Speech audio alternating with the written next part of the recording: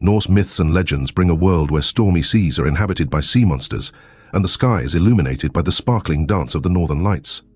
In these ancient lands, where ice floes meet fiery volcanoes, lies the rich and tumultuous world of Norse mythology. Here tales of powerful gods, brave warriors, and cunning creatures whose fates are interwoven in a web of destiny and intrigue that even influences our world. Close your eyes and let us journey together into legends written with swords and magic. Warriors who died in battle could reach Valhalla to feast and fight in endless battles with Odin, or go to Folkvanger with the goddess, Freyja. Others who died from disease, old age, or accidents went to Hel, queen of the underworld, where they served her and became her people. Some men, who did not have the luck to die in battle, allowed themselves to be pierced or ritually wounded by a spear on their deathbed to avoid going to Hel and adding to her army of unfortunate souls and the dead from all 9 worlds. Norse mythology also plays a significant role in today's pop culture. For instance, gods from the Norse pantheon have become superheroes in Marvel Comics, and Norse mythology has inspired games like God of War and Assassin's Creed. In the Marvel universe, Loki is Thor's adopted brother, but in Norse mythology, Loki is Odin's blood brother.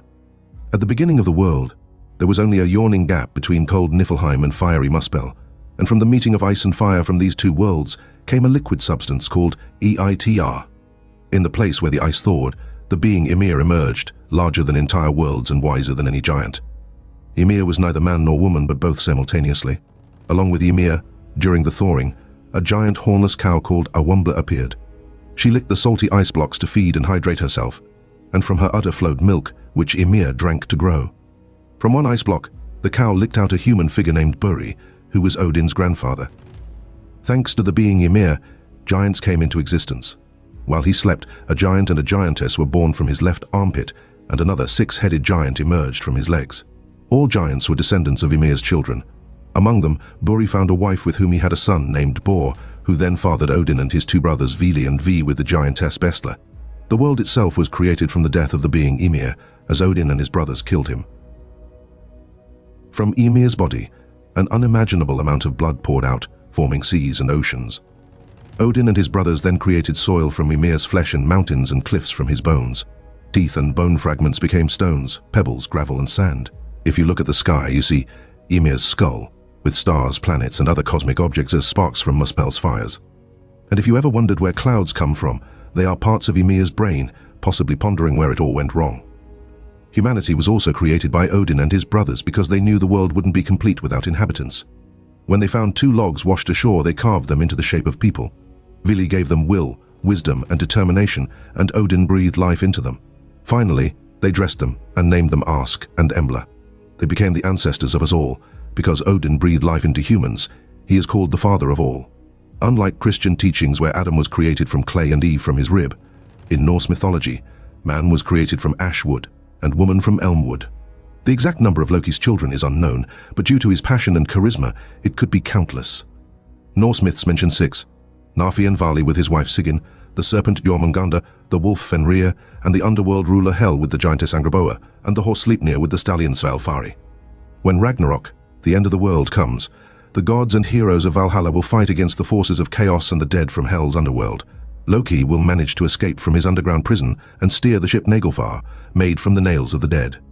Hence, in some Norse households, the dead are buried with their nails trimmed to avoid contributing more material for the ship from Hel.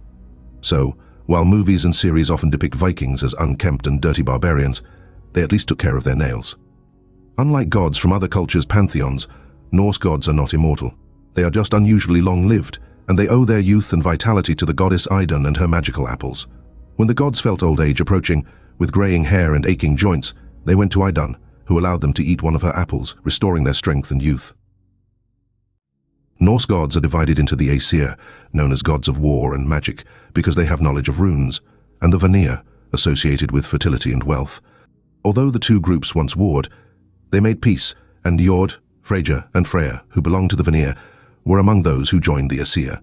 One time Loki got so drunk that he playfully shaved off the beautiful hair of Thor's wife Sif. Thor loved his wife's hair, and when he discovered it was gone, he was furious. Loki confessed and added that Sif would have a bald head forever because he had removed even the hair roots. Eventually, Loki had to go to the dwarves to forge new hair for Sif, which turned out even more beautiful than the original. Odin sought to know everything and gain wisdom about hidden things. He journeyed to the powerful being named Mimir, who lived at the roots of the world tree Yggdrasil and possessed immense knowledge and wisdom. Mimir was willing to share his knowledge with Odin but demanded a great sacrifice.